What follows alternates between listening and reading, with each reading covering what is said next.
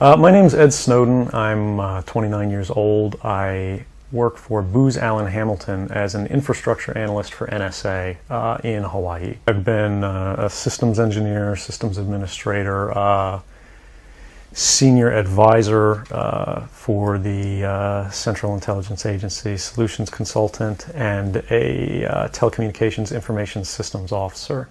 One of the things people are going to be most interested in trying to understand who you are and what you're thinking. When you're in positions of privileged access, like a systems administrator for these sort of intelligence community agencies, you're exposed to a lot more information on a broader scale than the average employee.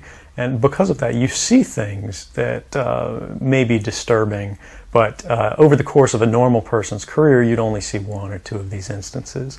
When you see everything, you see them on a more frequent basis.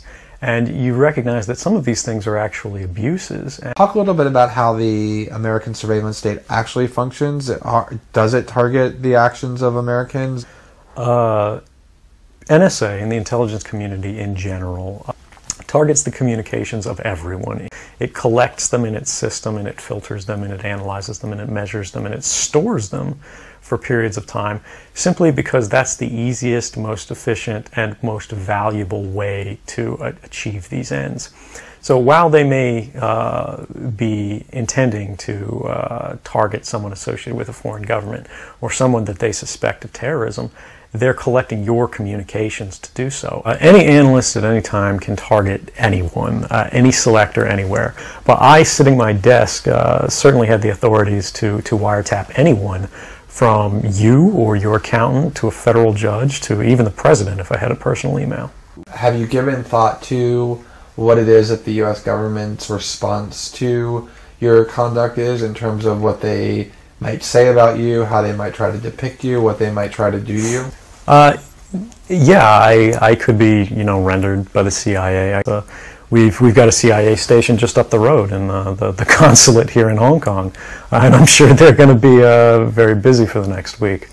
And that's a fear I'll live under for the rest of my life, however long that happens to be. You can't come forward against the world's most powerful intelligence agencies and be completely free from risk, because they're such powerful adversaries that no one can meaningfully oppose them.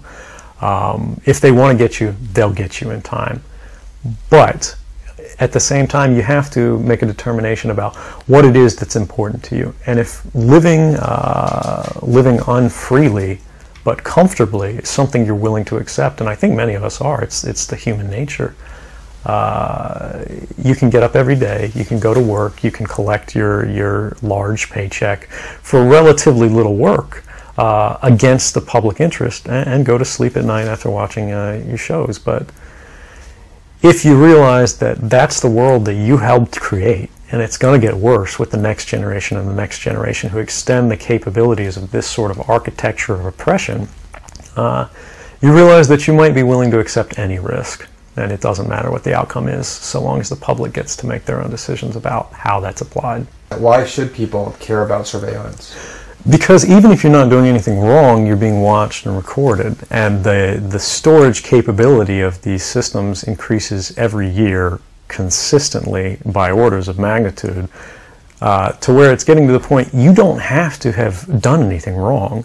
You simply have to eventually fall under suspicion from somebody, even by a wrong call, and then they can use the system to go back in time and scrutinize every decision you've ever made, every friend you've ever discussed something with, and attack you on that basis to sort of derive suspicion from an innocent life and paint anyone in the context of a wrongdoer.